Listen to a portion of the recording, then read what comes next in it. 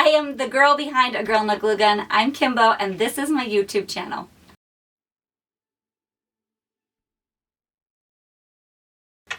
Today we are making another friendship bracelet. I have a few tutorials on here. They're one of my most popular videos, but this one is one of my favorites. It's actually a family favorite. We made these when my kids were in elementary school. They were part of a fundraiser. That's how we learned to make them. And my daughter's now 21. So, like I said, it's been a few years. So we call these jellyfish bracelets, and you can kind of see why they are named that. But when I posted the tutorial on TikTok, someone left a comment that these are actually a Japanese braiding technique using that board. And I don't want to mispronounce it. I'm going to put the word down here so you can see it. But this is how Google is telling us it's pronounced. I'm going to get close so you can hear it. Kumihimo. Kumihimo. Anyways, if you have a minute to fall down a rabbit hole, go and Google it, because our little bracelet boards only have 8 notches, and this technique is amazing. They have some that have just tons of notches. It is very intricate and very cool. But this one's just a very basic tutorial. This is great for little hands. Like I said, we made this when my kids were in elementary school. It's great for bigger hands. It's great for all hands. And luckily, the supplies that you need, you probably already have. These are made out of foam core board. We just had a bunch left over, just like some scraps. Or if you have a cardboard box, you could rip off, if you're done with the notebook, you could rip off the cardboard from the back of the notebook. That's how we did it growing up. So whatever you have lying around, it does need to be a little bit thicker than cardstock. So we're going to use cardboard for this.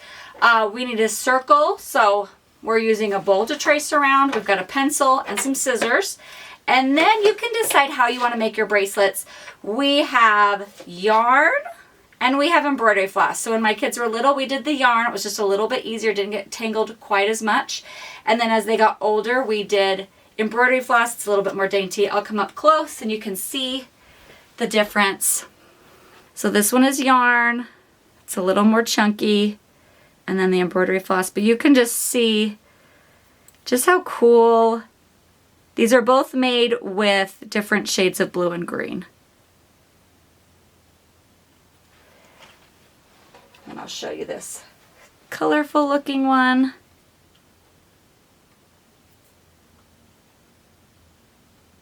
So that matches my storage container there. I obviously have colors that I like. So you can just decide, littler hands, you might want to start with yarn. Bigger hands, you might want to start with embroidery floss. Here is my mess, which is usually what my craft room looks like. Some YouTube videos I even film in my kitchen because my craft room is too messy. But that's a New Year's resolution, is to try to keep my craft space functional, not a storage room. So here's my Amazon box. Came yesterday with this desk actually. And so I kept a piece. I'm just going to trace a circle with my bowl. And I'm just going to use my scissors and cut it out. Now this does not have to be perfect. It won't affect the bracelet if it's a little more oval than circle or whatever.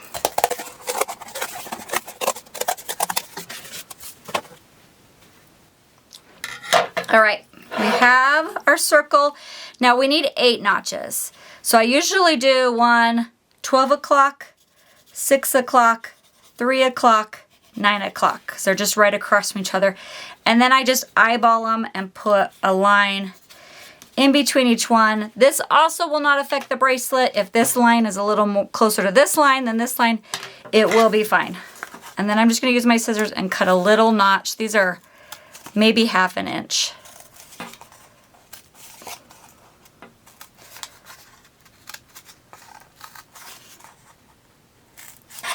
So I've got my board, I've got 8 notches, and I'm gonna poke a hole. You can do this with your scissors or maybe a screwdriver. I'm just gonna poke a hole right down the middle.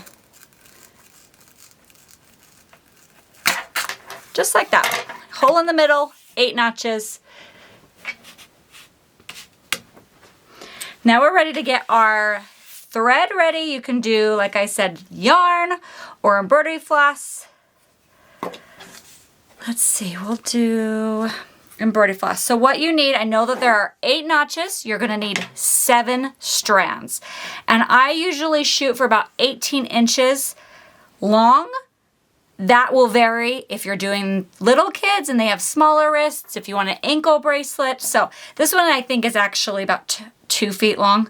I just cleaned out my scraps, and so that was what that thread was. But if it's too long, it will get tangled. If it's not long enough, you're gonna end up with a shorty. This one was some scrap one that I had, and it does not quite fit. So that one's just a little too short. So shoot for about 18 to 20 inches, and then add as needed depending on wrist size or takeaway. You're going to tie a knot at the top. You want a nice knot because we're going to pop this through this hole. Now this is where you're gonna just stick your scissor and push that knot down through that hole. So the knot's coming out on that side. Help it through. Okay, so we've got our knot down here, our threads up top. Remember, we've got 7 threads, 8 notches. So you're gonna take each thread and put it in a notch. Now, if you're trying to keep a pattern, this bracelet does not, I mean, it has its own kind of pattern. It's definitely more of a woven. Let me show you again. More of a woven look. But if you're trying to do red, white, blue, or, you know, the rainbow colors, Ragey Biv, it's going to just kind of make its own pattern. So I'm going to do 2 blues next to each other because that's really not going to matter in the long run because you're going to move these strands around. I've got my 7 strands, 8 notches. Here is how you make your bracelet. Your bracelet's actually going to build underneath here. I'll show you this example really quickly. Your bracelet builds underneath where your knot is. It will try to pop up on the hole, and so you're gonna kind of want to hold it and kind of pull it just to keep it tight. You don't want to pull it, you just want to keep it tight. Empty notch, and you're gonna count over 3. And you can count this way or this way. It doesn't matter, you just gotta be consistent. If you're gonna go this way, you're always gonna wanna go this way. If you're gonna go this way, you always wanna go this way. And that's why whenever I teach this, like to my nieces and nephews or cousins or whatever, they always draw arrows to remind themselves, this is the direction I'm going. So just keep track. I always go this way for some reason. So I'm gonna find my empty notch and I'm gonna count over 3. And I'm gonna take the one that's in the 3rd spot and move it to the blank spot. Now I have an empty notch, count over 3. Empty spot, count over 3. And I'm holding this, making sure it doesn't start popping up. The more that you move around, the bracelet will start to build, and if you don't hold it down and kind of give a little bit of tension to it, the bracelet will start popping up. But you don't want to pull it. If you pull it and move the strings, you're going to have like an empty spot in your braid. And you want to make sure that as you're going, you are combing out these strands. They can get knotted. That's why I don't love how long these are, is because the longer, the easier they are to get tangled. Holding the knot, 1, 2, 3, move, 1, 2, 3, move. What I love about this is it is very easy to set down and come back to. You don't have to try to figure out, wait, what was I on? What color was I braiding? Like the other friendship bracelets. You just find your empty notch and count over 3. Okay, I'm not gonna hold it. I'm gonna make the bracelet come up a little bit so you can see what I'm talking about. I taught the girls in my church who are 12 to like 17.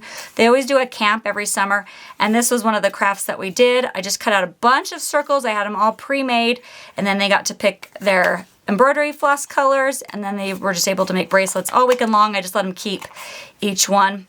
So you can see that this is kind of getting, it's not nice and clean. It's getting kind of crisscrossed. That's the bracelet. So what you're gonna do is take your hand and just kind of pull it. Keep it down in there. Run my fingers through to prevent any knots. And then keep working. It is really easy and it actually goes really quickly. It's one of the quicker bracelets to make. And the boards can be really inexpensive. I bought a foam core board from the Dollar Tree to cut out all the circles for the girls at my church. We've taken them to Lake Powell. You know, like I just always, it's like a good craft to fall back on when there's downtime.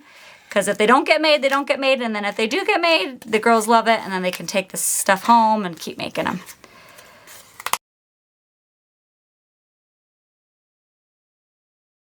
Okay, let me show you the bracelet building underneath.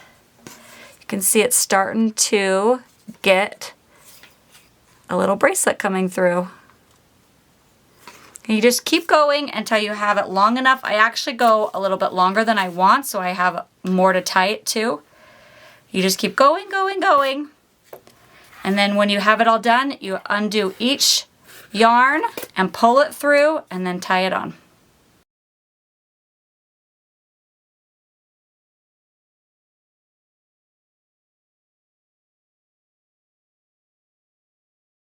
Alright, so that's the easy bracelet tutorial. It is one of our favorites, and I think if you'll try it, your kids will love it too. Or you don't have to be a kid to do it. You can be an adult.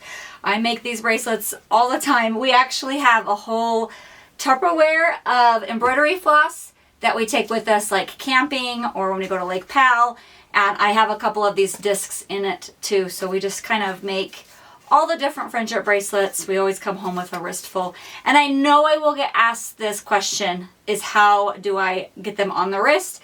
We are old school. We tie them on the wrists. We go around, we tie them in a double knot, we trim off the excess, and then if they fall off, usually by the time that they fall off of our wrists, they're looking a little dingy and it's time for them to fall off of our wrists. So we just kind of wear them until they fall off.